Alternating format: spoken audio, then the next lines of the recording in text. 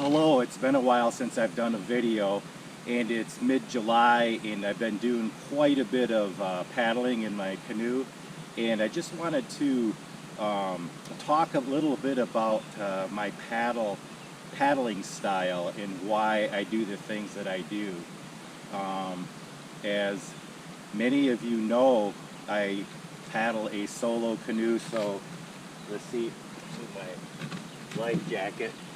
Seat is right in the center. I apologize for the noise also. There's a dam right here, so hopefully you can hear me okay and it's not too distorted. But I've been paddling solo canoes for over 30 years, and in that time I've always used a single blade paddle.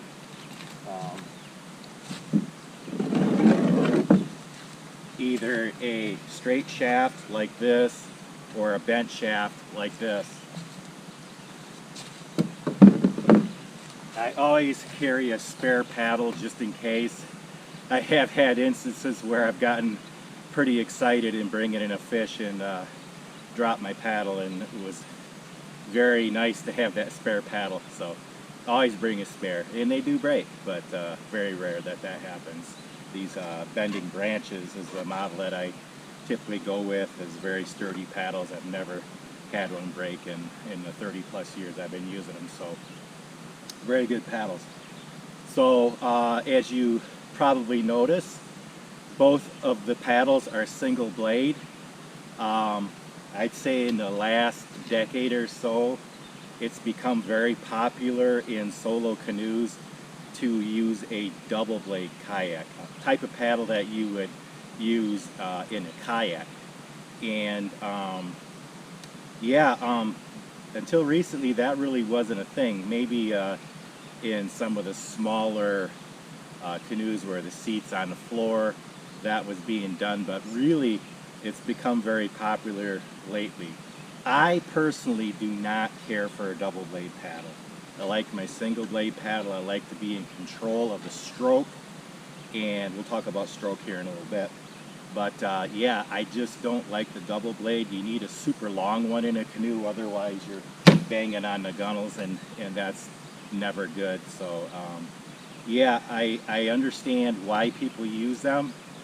There's advantages to speed for one thing, and I suppose if you get in the wind, a little more power in your stroke would be an advantage. But honestly, like I said, I've been doing this for 30 plus years, and I've never felt the need for a double blade paddle. I prefer the single blade. My paddling style, this is set up for kneeling. I'll show you the seat setup here in a little bit, and we'll go over that. But yeah, I primarily kneel, and I do what's called the J stroke. So, you know, you're kind of pushing out at the end of your stroke, and that keeps the canoe tracking straight.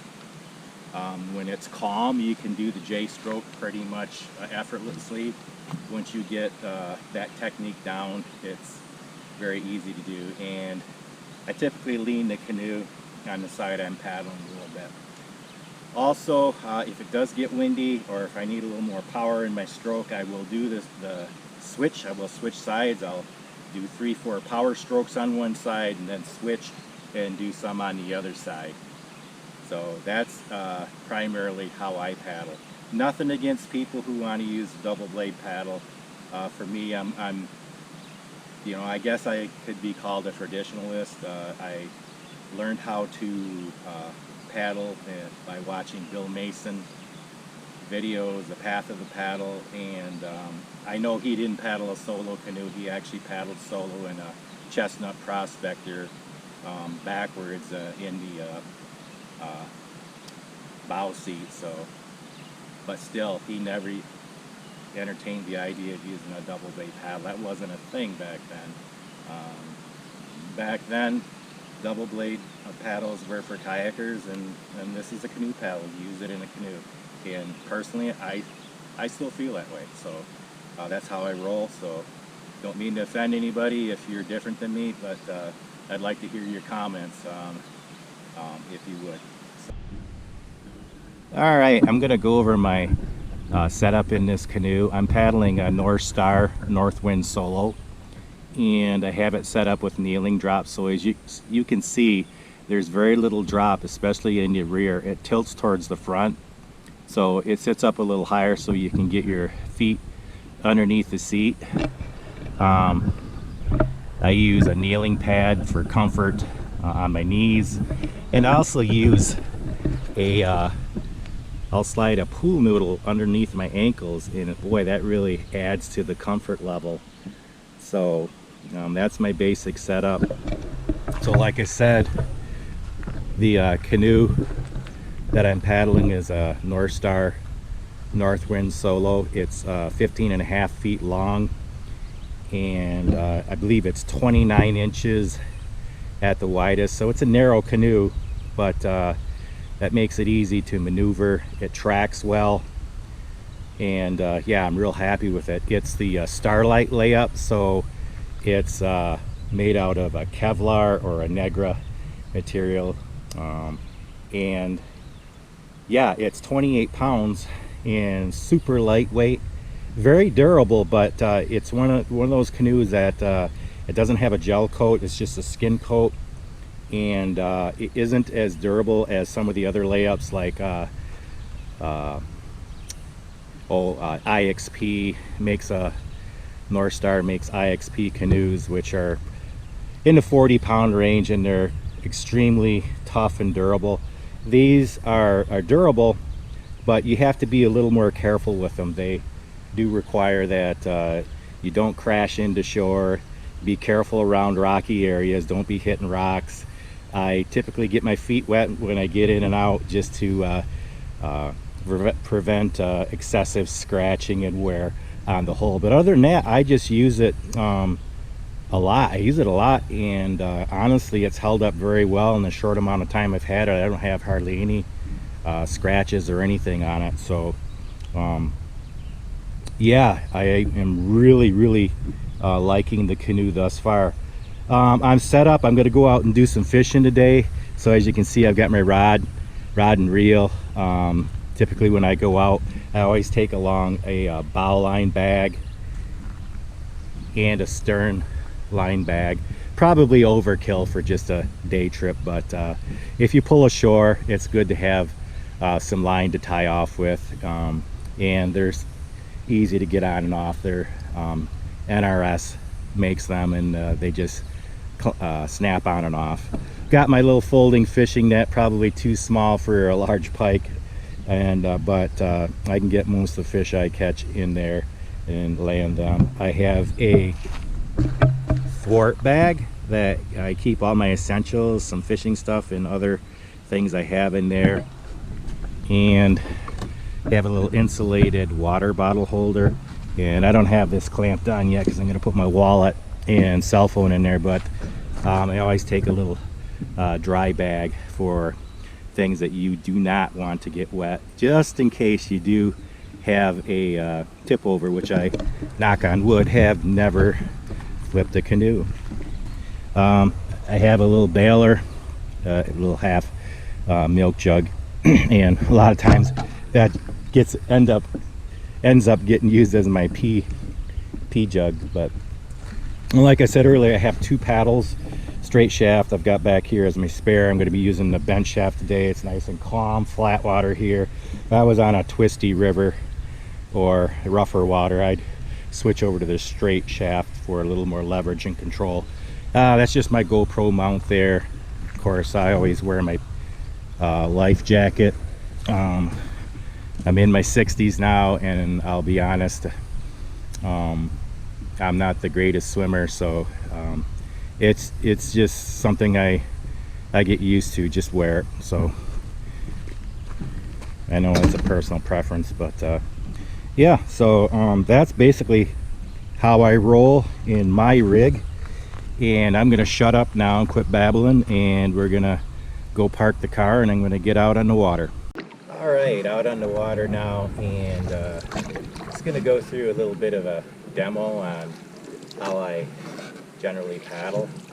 As you can see, I use the J stroke, And all that is just a straightforward paddle, and at the end you twist your wrist and point your thumb down, and then that puts the paddle blade out. In fact, in these conditions, I'm leaning the canoe over a little bit, and I just need to do just very little of a pry at the end of this stroke. Yeah, and some people might say, well, isn't that a little difficult to do with a bent shaft paddle? No, not really. Easier with a straight shaft, probably. Bent shaft works fine. I primarily paddle flat water, so yeah, I use a bent shaft. It's a little shorter, easier to paddle. It's a more efficient paddle stroke because, as you can see, the paddle blade stays perpendicular to the water longer through your stroke. So yeah, I haven't switched sides yet, don't need to. I'm able to make my corrections in my paddle stroke, and yeah, very simple and easy once you get this technique down. Now, the wind kicked up, I'd have to be a little more aggressive in my corrections, but it really gets gnarly, and I have a strong headwind. There's nothing wrong with the switching sides, so I do just 3 or 4 forward power strokes and switch to the other side. As you can see, when you do that, the bow immediately will go to the opposite side, and so you do have to switch back and do corrections. But honestly, once you get used to your canoe, your paddling technique, your paddles, everything kind of just flows together and meshes, and you don't even really think twice about it. As you can see, I'm in the kneeling position, and my butt rests lightly on the front part of the seat. As I mentioned, I have a pool noodle under my ankles, and that's mainly for comfort. I never did that until last year.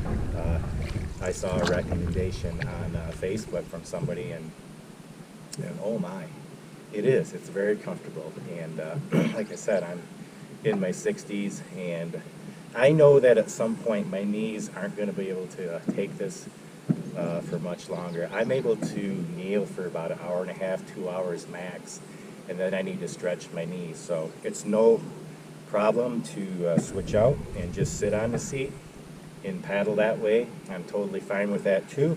The seat is a little high in this position, so it's not as stable when you're sitting, but initial stability in a canoe like this is always going to be kind of wonky, but you have great secondary stability.